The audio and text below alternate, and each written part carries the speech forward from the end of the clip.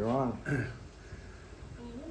All right, so I call this presentation "Stay in the Air," which I thought was, that's what we're trying to do in terms of going cross country. If you can't stay in the air, you can't go anywhere. Definitely the first requirement for cross country flying. You have to be proficient in thermaling, and it's a prerequisite for XC flying. Here at Caesar Creek, we require that you demonstrate a 2-hour flight so you can work multiple thermals before you even think about going on a cross country flight.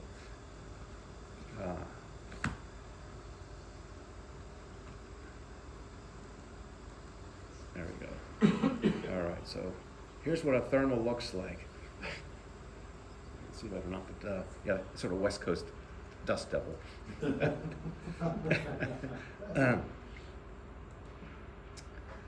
So thermals are rarely round. They rarely go up straight. They often have multiple cores, and you continually have to track them. So down low, there usually starts as a bunch of smaller bubbles. And if you try to core a small bubble, you can't stay into it. So when you're down low, you got to be hitting multiple bubbles and taking what I call little bites out of each of these little bubbles. And then as you get up a little higher, those bubbles will start merging together. And once the bubbles become big enough, then you can actually turn without having to be in a complete thermal. That usually starts, it's got to be at least 500 feet, but normally around 1,000 feet is where the thermals start become big enough that the glider fits in it. Sort of what way to think of it. Timing the turn. So in the books, I don't know which book is. Some of the books they advocate that you're supposed to, when you hit the lift, you're supposed to go through the lift, do a 270 turn and sink, and then come back and find the thermal. That is completely wrong. So we got some bush hogging going on here. But anyway, when you feel the lift, it's better to just go ahead and turn regardless. Now, depending upon where you hit it in the thermal, if you happen to hit it in the center, no matter which way you turn, you're going to fall out of the thermal, and that's always the case. Just I turned, there was nothing there. It's like, well, no, you need to come back and recenter it, and if you can sort of anticipate where the core is and either enter it from the right or the left side, then you got a better shot of turning and hitting that core and get most of it on the first try, and then continue to center it until you got it. But so again, the first step is, and sort of the theme of this is just turn and lift. Just don't be passing up lift. If when you're tracking the thermal, if you're steep and not going up, then you're too steep. You should only be steep if you're going up. If you're not going up, you need to unload right away and open the circle up. So that's a common mistake. People hit a nice core and they'll tighten up and they won't let go. And next thing you know, they're out on the other side, outside the thermal, and they're just drilling down and sink. Been there, done that. Again, the thing is turn in the lift and not in the sink.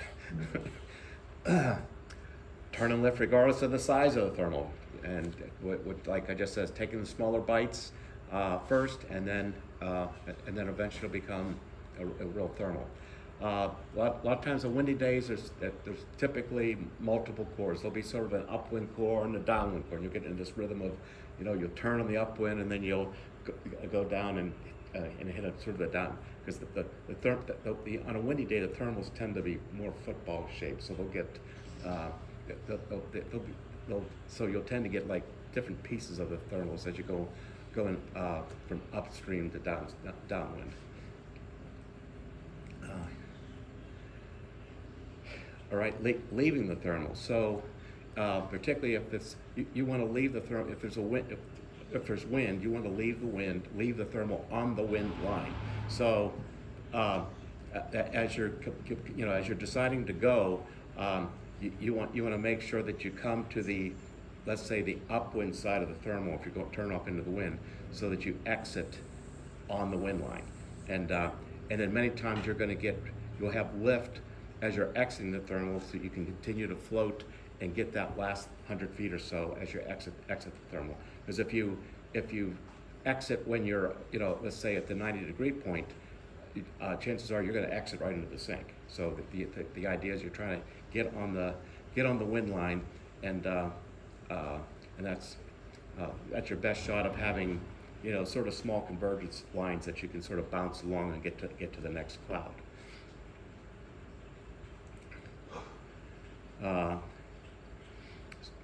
Planning the next thermal. When you leave the cloud, thing is like you need to know where you're going. You need to have a plan. Just like you just don't exit the thermal, go up and exit, and then just randomly go out. You should be looking and paying attention as you're getting to the top of the thermal. Okay, what's my next move going to be? If you don't know what your next move is going to be, if you're really unsure, sometimes it's better to just take a couple turns and just let things develop. And a lot of times an extra turn or so, oh, there's a wispy. Okay, now I got something to go for, rather than just going out into blue air and not knowing if there's you're just sort of randomly going out there. But ideally you want to always have something you're pointing at, and so when you exit, you're pointing at something.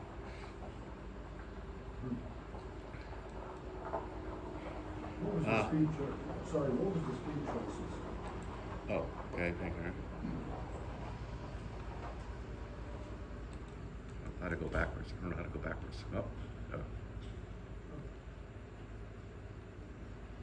Okay. Speed choices. Okay, so if you're in lift, you don't want to push over. You don't want to speed up until So you're exiting the thermal. Well, make sure you're completely out of lift before you start speeding up. Okay. And I'm going to get into what speed to fly, because there's a strategy for that. How to think of the speeds. Of course, sun on the ground is sort of the key. If you got sun on the ground, that's your first shot of thermals. The sun angle makes a difference. So, for example, like out in Minden, the Sierra Mountains have the easterly sun, and they produce great thermals, through the early part of the day, and then as the sun passes, and then the whites light up in the afternoon, because now they have westerly faces. So the sun angle does make a difference, and here the westerly sun. And I heard Emily make the comment that she felt the lift along the ridge line here, because she was flying like at 4 o'clock, where that sun angle is getting to the point. You're getting that direct angle against the trees, and that's where you get. And that coupled with some wind, will make it just a slightly stronger area of lift.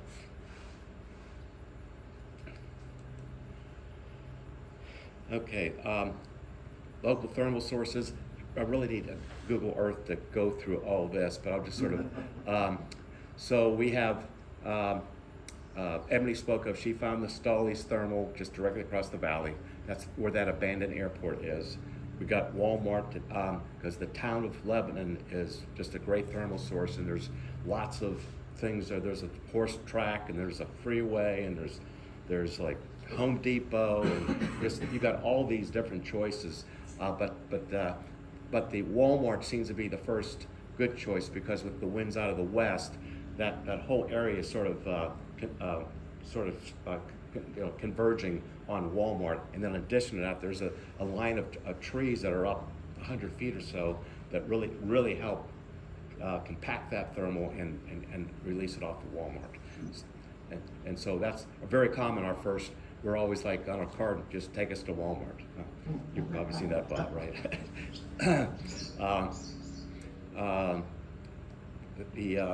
We have baseball fields that are a good source, and they're surrounded by trees.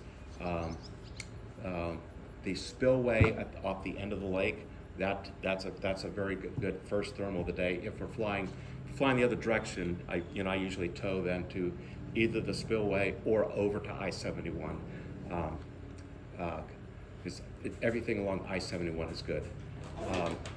The perimeter of Caesar Creek Lake, if the winds are out of the west, the lake will act as a barrier and let the thermals sort of follow the line right along the shoreline of the lake. We'll get clouds that'll just follow the lake, and that phenomenon that repeats all through Ohio Lake. No matter which lake you got, whichever the wind's blowing against the lake, you'll be finding stronger thermals along that perimeter. Is that the downwind perimeter? More, yes, yeah. Okay, yeah. Hey, perimeter city Lebanon, which is, again, that's sort of the Walmart phenomenon again. Further out, we have the steel mill that is near Hook. Very powerful. Thermals come out of that. And then there's various malls and stuff like that. But golf courses, I've had really good luck with golf courses. It's just what is it with golf courses? All the hot air from the guys talking about. Exactly, exactly. But the thermals will center right. I mean, you got the whole golf course with all the fairways and stuff, and they all come up to the clubhouse, and the clubhouse it just acts as a center point that the thermals will just sort of integrate right over the clubhouse. Yeah, what we got? So we have one of two options. It could be that the pressure pump has just been drained of its water and we just need to let it sit and refill. That's option one. I didn't see anything for the water heater, the pressure pump, and the breaker box. If you don't want to wait on it, I can go inside and see if Reedy will come out and check. Yeah. Oh, yes, absolutely. Yeah. All right, let me go call him and see if he can go down and do some calls for us. Okay. All right, thanks, John. Mm-hmm. We need our water. John, when you were talking about the perimeter of the lake, Yeah. go over that again. So if the wind's from the southwest, which side of the lake, which perimeter? That's So you want to be on the northeast? on the up, yeah. Well, let me make it simpler. Okay, if the winds are out of the west, you want to be. Oh, that's okay. That's all right. I'm getting mixed up. All right, let's try again. If the winds are out of the north, okay. If the winds are out of the north, Yes. they're going to be they're going to heat up the farm fields, and they're going to go up on the north side of the lake, On the north side, okay, Yeah, on yeah. the upwind side of on the upwind side of the lake. Okay.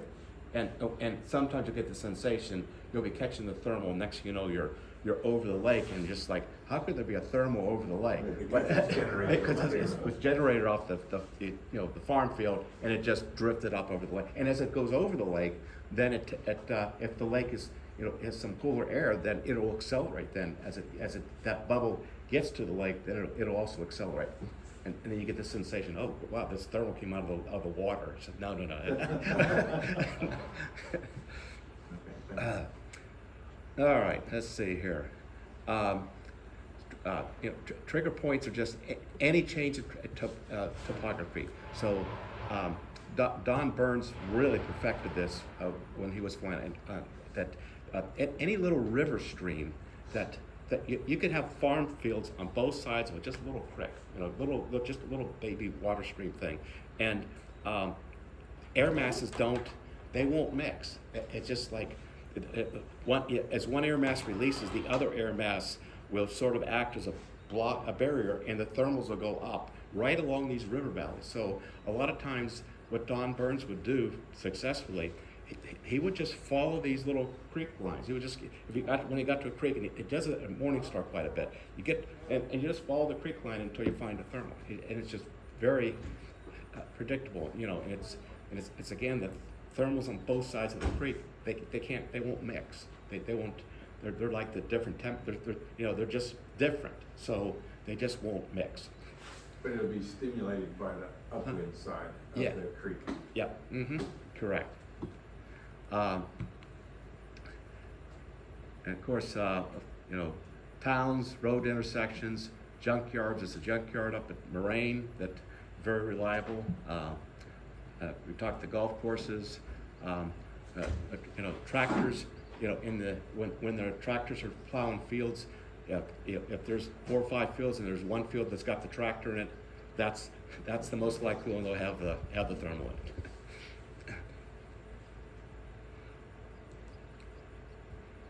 So I took this picture on my flight to Blairstown. I got low, and I'm just like, this is what I was looking at, and just like, where in the hell am I going to land? This, just like, I have no idea. You can see all these curvy things. The slope is just every which direction, but the thermal came right out of this intersection here. It just sort of, the wind was out of the west, and it just all this combination of stuff. It triggered right over here, and I went up 4,000 or 5,000 feet, and I was on my way. That was the only really trouble spot I had in the whole Blairstown flight.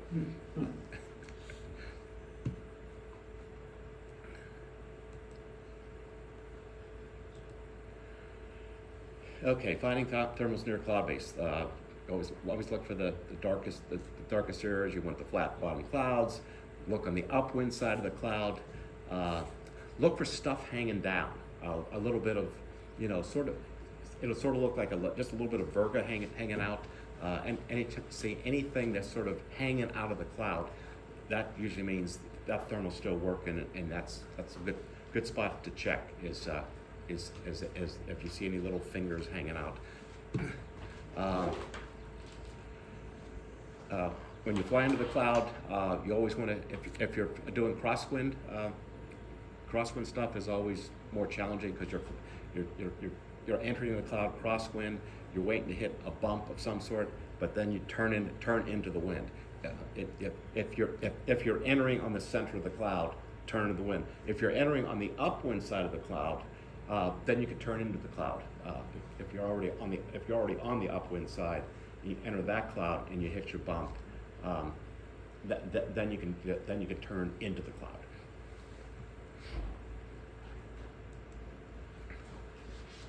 Okay. All right. So I like to differentiate racing versus OLC flying.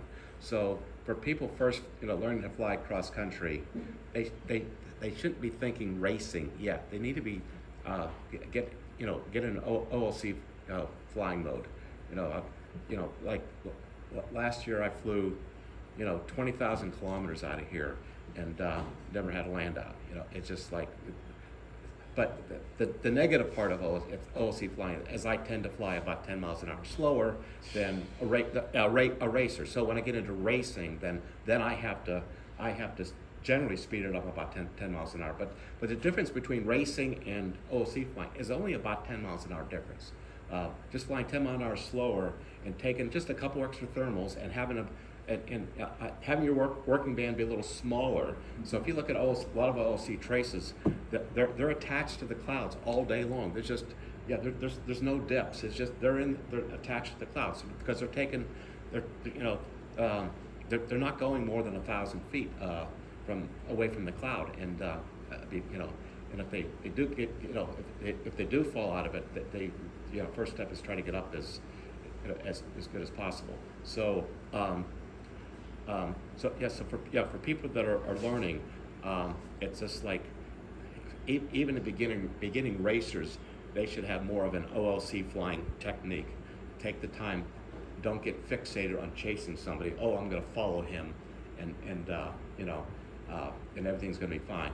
No, you just you got to let the fast guys go, and fly your own game. It's real easy to get distracted, and just like.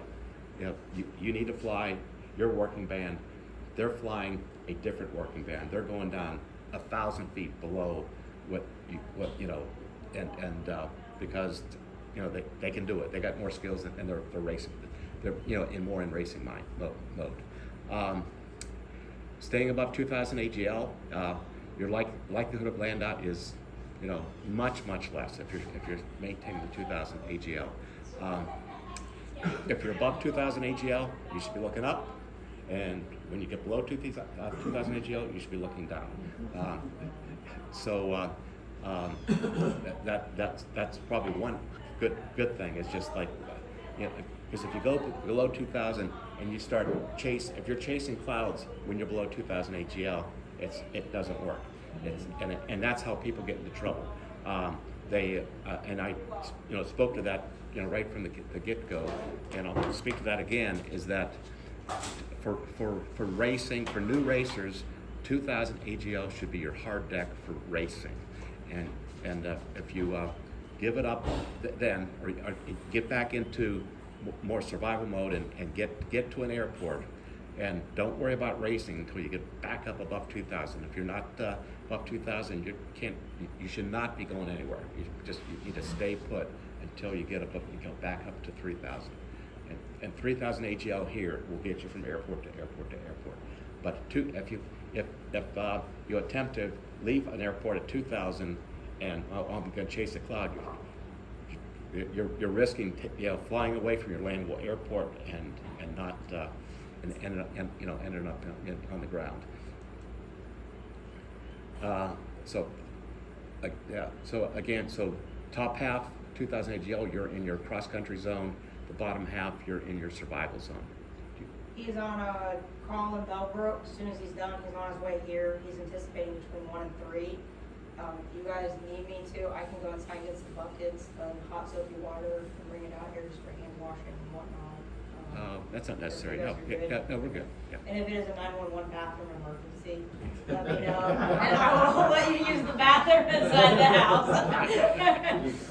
All righty. All right. Thank you. You're welcome. Okay, so above 2000, again, you're looking up at the clouds. Avoid dead clouds. Well, how do you avoid dead clouds? Many times you're going under the clouds and they're just dead, right?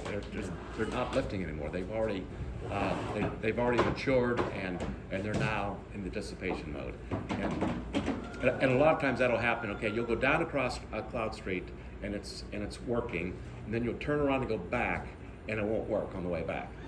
Well, it just because it was developing as you went. When you turn around, it's dissipating, and it's just not going to work. So when you're below 2000 AGL, you need to be looking at the ground. You need to be looking for thermal sources. You got to go to what I call ground mode, and just like get out of cloud mode. You're up high, you're in cloud mode. You're down lower, you're in ground mode. You need to be just focusing on the ground, looking for traditional hotspots, and hit every one that you're aware of.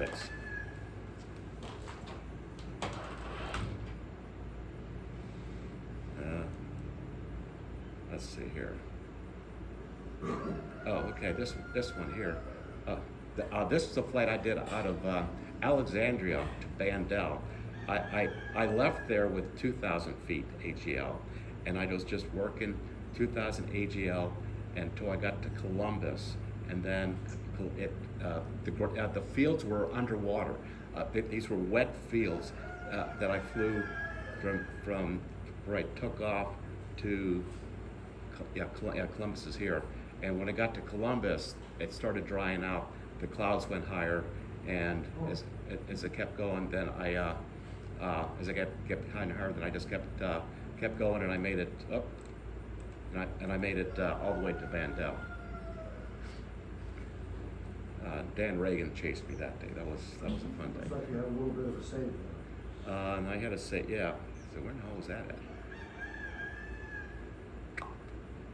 I'm sure it was over an airport, but I don't know which airport. It might have been. It might have been trying to cross. A lot of times, getting across the river. Where's Bandel? Bandel is on the south side of Pittsburgh. Pittsburgh. Yeah, Pittsburgh. Yeah, Pittsburgh airspace.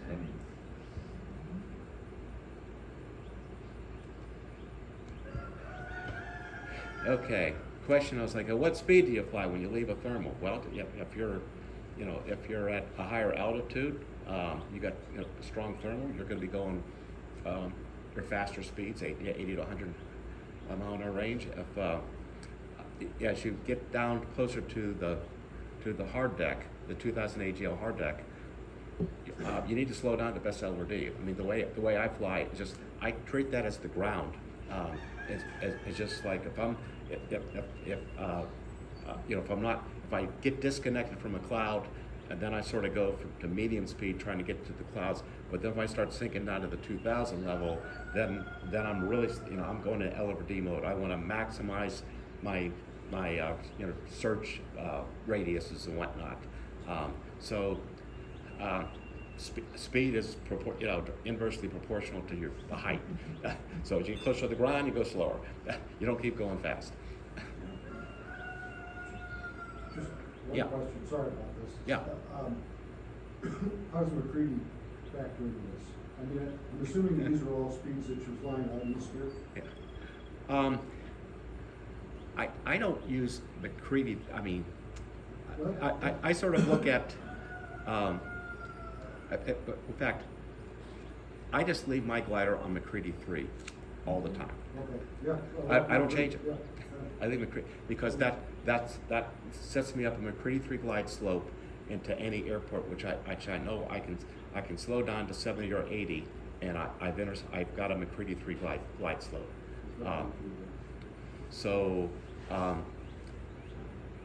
If the thermal's strong and I'm up higher, I'm up in, particularly if, let's get above 3,000 AGL. If I'm at, when I get into up to 4,000 AGL, and I'm taking a 3 to 5 knot thermal. Now I'm going into my faster speeds. I'm going to be exiting like at 90. So it's kind of a McCready in the back of your mind. Yeah. Makes sense. Yeah. I know. Yeah, no. A lot of people, they're like changing McCready. Oh, okay, this thermal's 5. Let's put this on 5, and then follow my cruise thing. I don't even use cruise. I don't use my cruise mode. I have that turned off. I just use climb. That's it. The cruise thing tells me to speed up, slow down. It's like, no, I'm not doing that.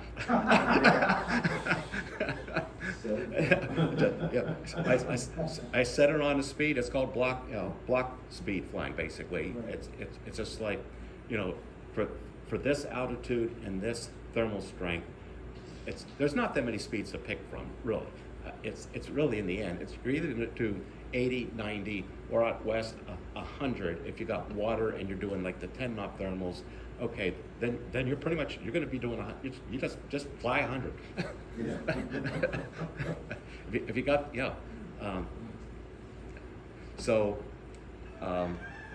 that's the way I think of that. McCready stuff. I heard Michael Hayter. He missed the final glide over in his junior worlds, and I heard he had plenty of altitude, and he turned his McCready up to 7. That's completely unheard of.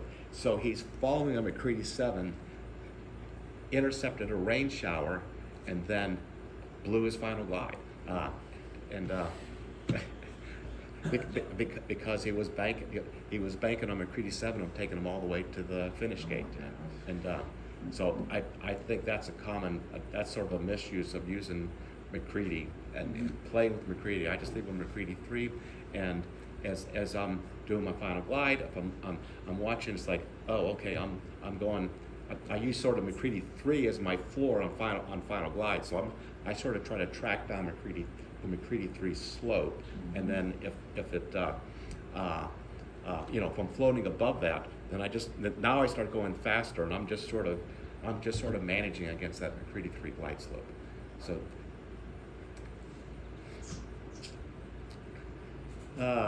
let's see here. So yeah, here I'm still talking about the altitude zones. At 4,000 foot, you're going to go fast. 3,000 foot, let's say you go medium to fast. Then as you get lower, go slower. When you get below 2,000, best LRD. You need to start taking 2 knot thermals. Don't get greedy, that's where you lose time on racing. But unfortunately, just like you got to get back up, so you just can't. You can't be, even though you just had a 5 knot thermal and now you're down playing with 2 knot thermals because it's lower. It's like, sorry, that's all there is. You got to be patient, be satisfied with the 2 knot thermal, and normally it will progress into at least a 3 knot thermal or so as you get higher.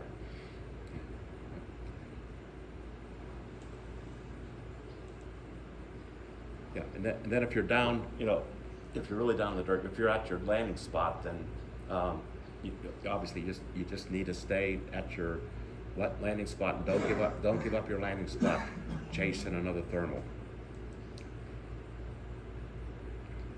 This sort of repeats itself. 3,000 AGL, sort of say the same thing. So below 2,000 AGL, take 1 to 1.5 knot thermals,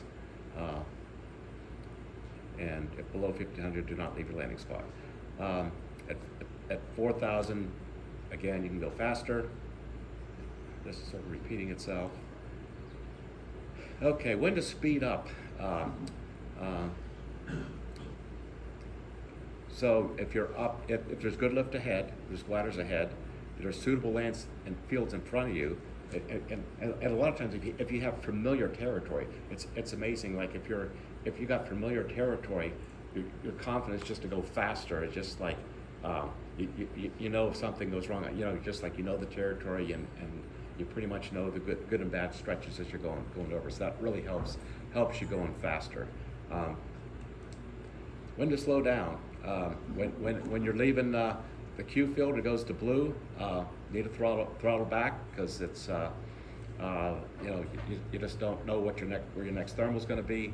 You see a cirrus stack coming in, you need to slow down so you can hopefully glide under that.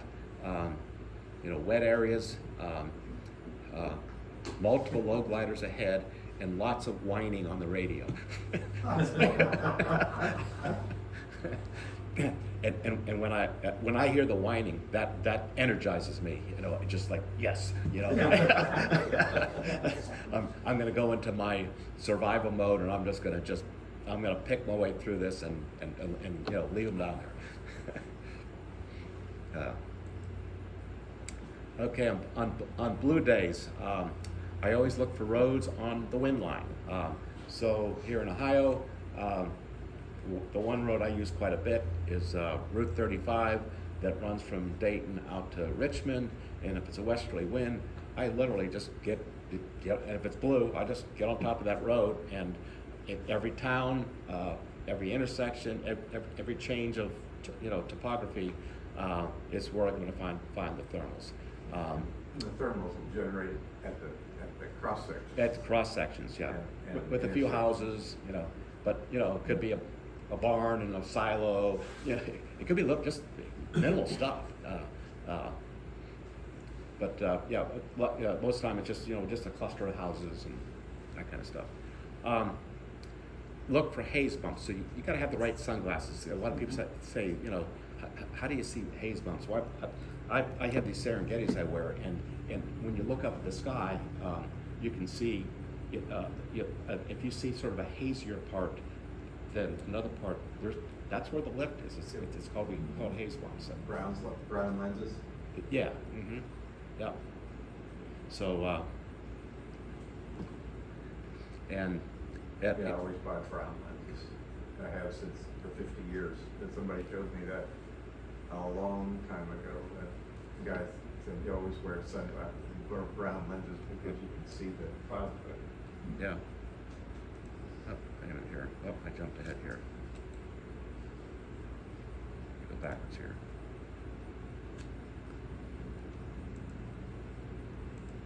Well, wait a minute, I lost it here. I want to get the last few slides here.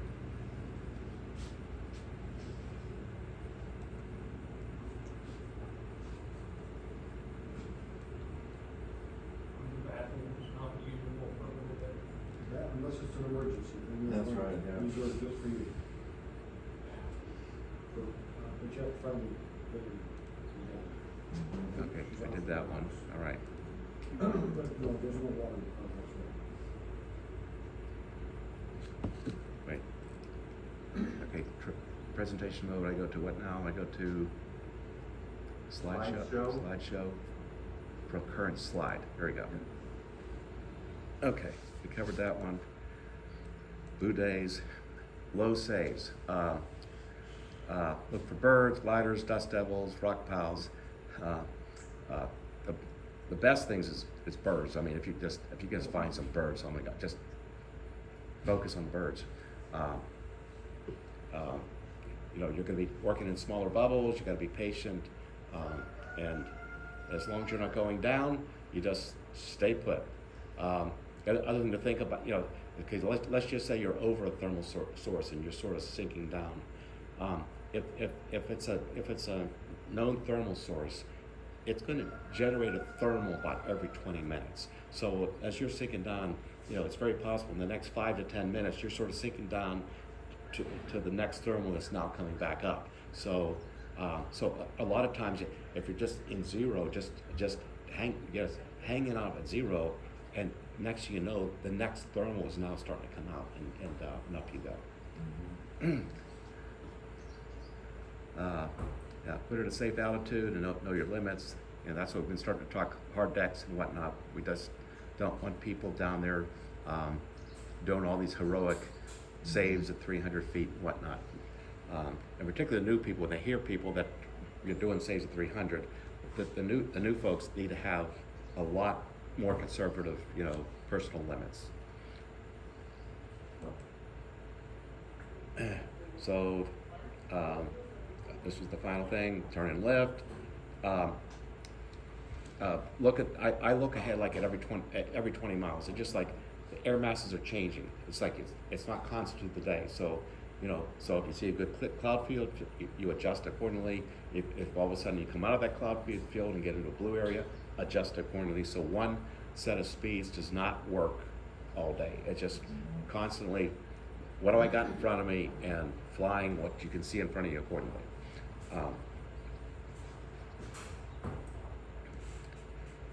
Okay, this was my land out when I was flying out of Logan during Sports Class Nationals.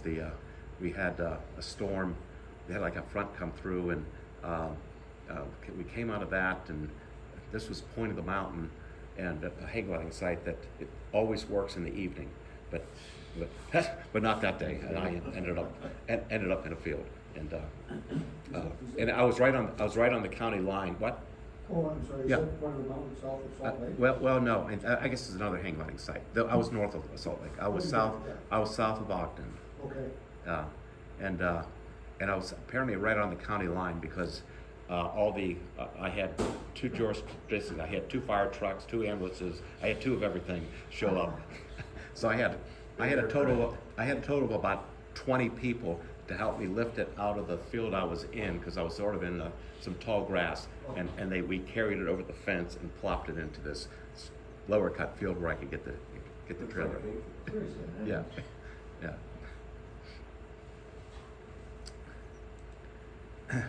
yeah.